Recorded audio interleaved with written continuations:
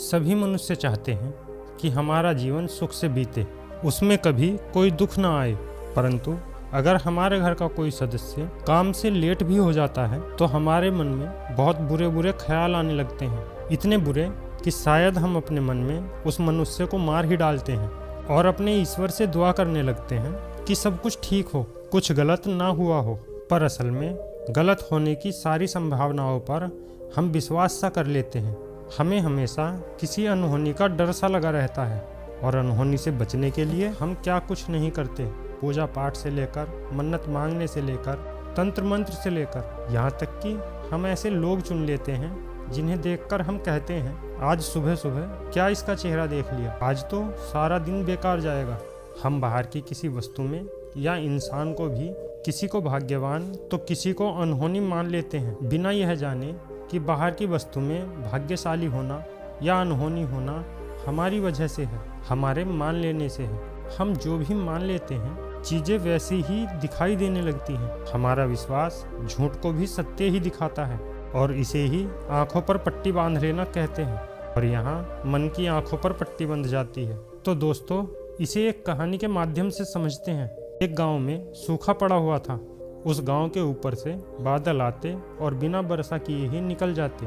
लोगों ने बहुत कोशिश की, बहुत प्रार्थनाएं की, तरह तरह के आडंबर किए, पर कुछ नहीं हुआ। सबको लगने लगा कि यह किसी का श्राप है जो इस गांव को लगा है। पहले और पुराने गांव ज़्यादा बड़े नहीं हुआ करते थे, छोटे गांव होते थे और सभी एक दूसरे की खुशी में शामिल भी हुआ करते थे। उस गांव में एक घर में एक छोटी बच्ची का जन्म हुआ। जब उसका पिता उस बच्ची को लेकर खुले मैदान में आया और उसने सबको बताया कि वह पिता बन गया है, तभी वह बच्ची जोर से रोने लगी और उस गांव में बारिश पड़ने लगी। सभी गांव वाले खुशी के मारे नाच उठे। उन्होंने उस लड़की का नाम भाग्यशाली रख दिया। सब उसे उस गांव की देवी मानने लगे। हर शुभ काम उस लड़की के हाथों से ही करवाने लगे। धीरे धीरे समय बीतता चला गया और 18 साल बीत गए। लड़की अब 18 साल की हो चुकी थी। एक बार फिर से उस गांव में सूखा पड़ा। लोगों ने उस लड़की से विनती की कि वह बारिश करा दे। उन्होंने कहा कि हे देवी, क्या आप हमसे रुष्ट हो गई हैं? हम तो आपके बच्चे हैं, हम पर कृपा करें और बारिश करा दें। उस लड़की ने बहुत कोशिश की कि बारिश हो जाए, लेकिन बारिश नहीं हुई और वह कर भी क्या सकती थी। बारिश का होना या ना होना उसके हाथों में नहीं था। तब गांव वालों ने बाहर से कुछ ज्ञानी लोगों को बुलाया जो उनकी समस्या का समाधान निकाल सके। फिर ज्ञानी लोगों ने सब कुछ देखा और अपना हिसाब किताब लगाया। फिर गांव वालों से कहा, जिस लड़की को तुम देवी मानकर पूज रहे हो, अब वह भाग्यशाली नहीं है। 18 साल पूरे होते ही वह भाग्यशाली की जगह अनहोनी हो चुकी है। वह जहाँ भी रहेगी अनहोनी ही घटेगी। हम 7 दिन इस गांव में रहकर इस समस्या का समाधान निकालकर आपको बताएंगे। तब तक आपको इंतजार करना होगा। ज्ञानी लोगों की बात सुनकर लोगों में दहशत फैल गई। उस लड़की से सब डरने लगे। किसी के घर में कोई बर्तन भी गिर जाता तो वह कहता कि उस अनहोनी की वजह से यह हुआ है। कोई बीमार पड़ता तो उसका दोष भी उसी पर लगता।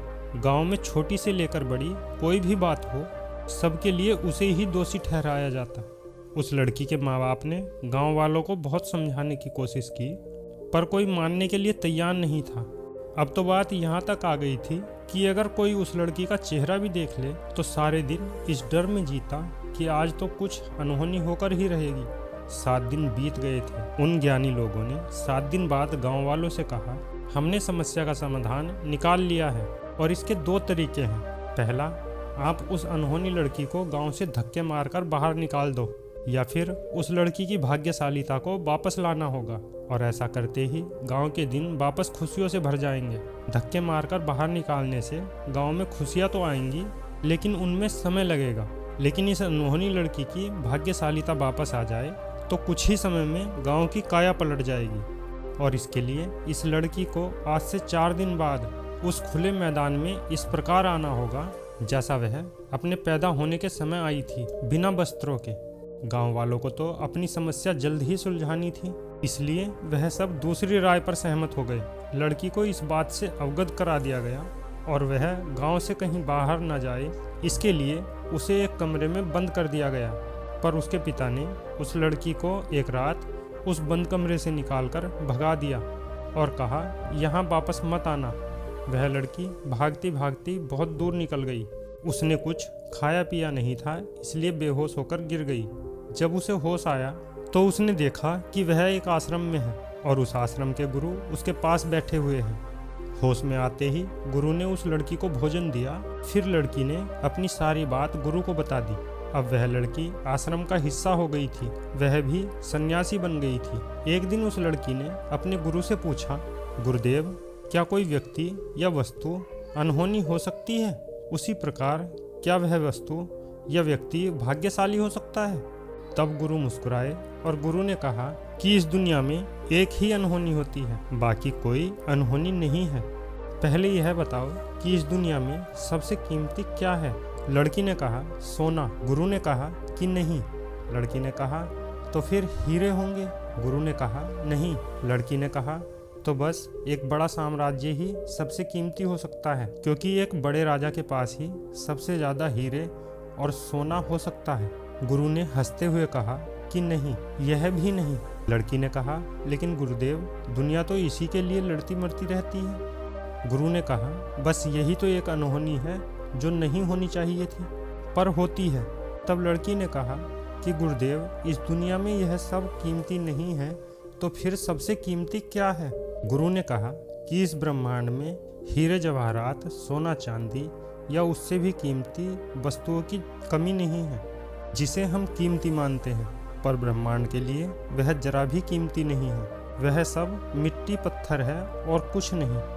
इस दुनिया में जो सबसे कीमती चीज़ है वह है मनुष्य शरीर, जो हमारे पास है, जो कुछ भी कर सकता है, जो इस धरती पर कोई और अन्य प्राणी नहीं कर सकता।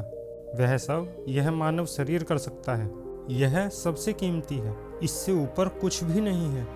पर अनहोनी यह है कि इतनी शक्तिशाली और कीमती शरीर को पाकर भी हम उससे करते क्या हैं? एक दूसरे की चुगली करते हैं, एक दूसरे से जलते हैं, धोखा देते हैं, दूसरों को कष्ट देते हैं।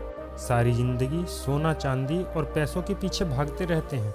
सारी जिंदगी धन इकट्ठा करते रहते हैं, लड़ते हैं, एक दूसरे को मार डालते हैं। जमीन जिसका विभाजन नहीं हो सकता, उसका भी विभाजन कर देते हैं। तो इस शरीर के साथ जो हम कर सकते थे वह नहीं कर पाते। बस ज़्यादातर यही एक अनहोनी दुनिया में घटती रहती है। क्या तुमने कभी जानवरों को चुगली करते हुए देखा है? या तुमने उन्हें किसी सोने चांदी की वस्तु के ऊपर लड़ते हुए देखा? क्या उन्हें एक दूसरे से ईर्ष्या करते हुए देखा? और अगर यदि वह यह सब कुछ नहीं करते तो इंसान से अच्छा जीवन तो वही जीते हैं। इंसानों से अच्छा शरीर जानवरों के पास है, पर ऐसा नहीं है। ब्रह्मांड में जो सबसे कीमती चीज़ है वह है मानव शरीर, क्योंकि यह शरीर हमें कुछ भी करने की शक्ति देता है जो बाकी नहीं दे पाते, और इसके साथ बड़े बड़े कार्य किए जा सकते हैं। पर मानव तो एक दूसरे की बुराई करने में ही जिंदगी बिता देते हैं और अपना शरीर नष्ट कर लेते हैं। बस एक यही अनहोनी हमारे साथ घटती है। लड़की ने गुरु को प्रणाम किया और कहा, गुरुदेव, मेरे गांव वाले पहले मुझे भाग्यशाली बुलाया करते थे, फिर उन्होंने मुझे अनहोनी बना दिया। मैं भाग्यशाली हूँ या अनहोनी, मैं यह समझ नहीं पा रही हूँ। गुरु ने कहा, मेरे साथ चलो, मैं तुम्हें कुछ दिखाता हूँ। गुरु उस लड़की के साथ एक घर पर गए। घर के मालिक ने गुरु को देखते ही प्रणाम किया और कहा, गुरुदेव, आप ऐसे ही रोज आ जाया कीजिए। आप जिस दिन मेरे घर आते हैं उस दिन मेरे साथ कुछ न कुछ अच्छा होता ही है। आप मेरे लिए बहुत भाग्यशाली हैं। उस व्यक्ति ने गुरु और उस लड़की को भोजन कराया और उसके बाद गुरु उस लड़की के साथ एक दूसरे गांव गए। उस घर के मकान मालिक ने गुरु को देखते ही मुंह बनाया और चिल्लाकर कहा, तुम्हें कितनी बार कहा है तुम यहाँ मत आया करो। तुम पाखंडी हो, ढोंगी हो। जब भी तुम यहाँ आते हो मेरा कुछ न कुछ नुकसान हो ही जाता है। तुम मेरे लिए एक अनहोनी हो। अब जाओ यहाँ से। गुरु मुस्कुराकर उस लड़की के साथ वहाँ से वापस लौट आए। शाम के समय गुरु उस लड़की को लेकर उस पहले घर पहुँचे। गुरु को देखते ही उस मकान मालिक ने कहा, गुरुदेव, आज आपने 2 बार दर्शन दिए, मैं धन्य हो गया। गुरु ने कहा, क्या मेरे आने से आज तुम्हें कुछ लाभ हुआ है? उस व्यक्ति ने कहा, जी गुरुदेव, आज मुझे बहुत बड़ा घाटा होने वाला था, लेकिन आप आए तो इसलिए थोड़ा ही घाटा हुआ। इसके बाद गुरु उस लड़की के साथ उस दूसरे गांव में दूसरे घर पहुंचे और उस व्यक्ति से कहा, आज मैं तुम्हारे पास दिन में आया था, क्या मेरे आने से तुम्हें कोई हानि हुई? उस व्यक्ति ने फिर चिल्लाकर कहा, क्या एक नुकसान कराने के बाद आपका पेट नहीं भरा जो दोबारा चले आए? क्या सुनना चाहते हो? आज मुझे एक बहुत बड़ा लाभ होने वाला था और तुम्हारी मनहूसियत की वजह से, तुम्हारी अनहोनी की वजह से मुझे थोड़ा ही लाभ हुआ। गुरु मुस्कुराए और उस लड़की के साथ वापस आश्रम आ गए। गुरु ने उस लड़की से कहा, तुम्हें क्या समझ आया? लड़की ने कहा, मुझे सब समझ आ गया है गुरुदेव। भाग्यशाली या अनहोनी बाहर किसी चीज़ में नहीं होती, यह तो हमारी सोच में बसी है, हमारे मन में बसी है। जिसे चाहे भाग्यशाली मान लो और जिसे चाहे अनहोनी। 6 साल के लगातार ध्यान साधना के बाद उस लड़की ने ज्ञान प्राप्त किया और एक दिन वह अपने गुरु और गुरु भाइयों के साथ एक यात्रा पर निकली। रास्ते में उसका गांव पड़ा। उसने देखा कि उसके गांव में महामारी फैली है। उसने गुरु से आज्ञा ली कि वह अपने गांव वालों को स्वस्थ करने के लिए उन्हें औषधि दे सके। गुरु ने आज्ञा दे दी। उसने जैसे ही गांव में प्रवेश किया, गांव वालों ने उसे देखकर कहा, अरे अनहोनी आ गई है, अब हमारा क्या होगा? लड़की जोर से हंसी और कहा, तुम्हारा क्या होगा? तुम इस बीमारी से मर जाओगे और क्या, लेकिन अगर तुम चाहो तो मैं तुम्हारा इलाज कर। पर किसी ने उससे इलाज नहीं करवाया। उस गांव में उसके पिता भी इस महामारी से पीड़ित थे। उसने अपने पिता का इलाज किया और कुछ ही दिन में वह स्वस्थ हो गए। इतना देख बाकी लोग भी अपना इलाज कराने उस लड़की के पास आने लगे।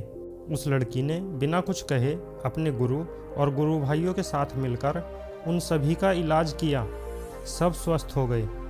गांव वालों ने कहा, हमारी बेटी की भाग्यशालीता वापस आ गई है, यह गांव स्वस्थ हो गया है, हमारी देवी लौट आई है।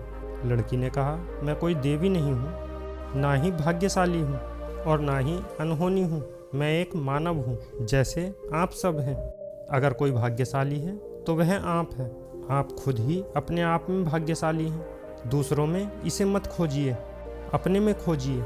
इतना बोलकर वह लड़की अपनी यात्रा पर आगे चली गई। लेकिन हम तो वहीं हैं, अपना समय बर्बाद करते हुए, वहीं अपने से ज़्यादा दूसरों पर नज़र रखते हुए, चलते फिरते नफरत लिए हुए, तेरा मेरा करते हुए, छीना झपटी में व्यस्त, चमत्कार की आशा में दर दर भटकते हुए लोग। कर्म से बड़ा कोई चमत्कार नहीं होता। तो दोस्तों, आपको ये कहानी कैसी लगी?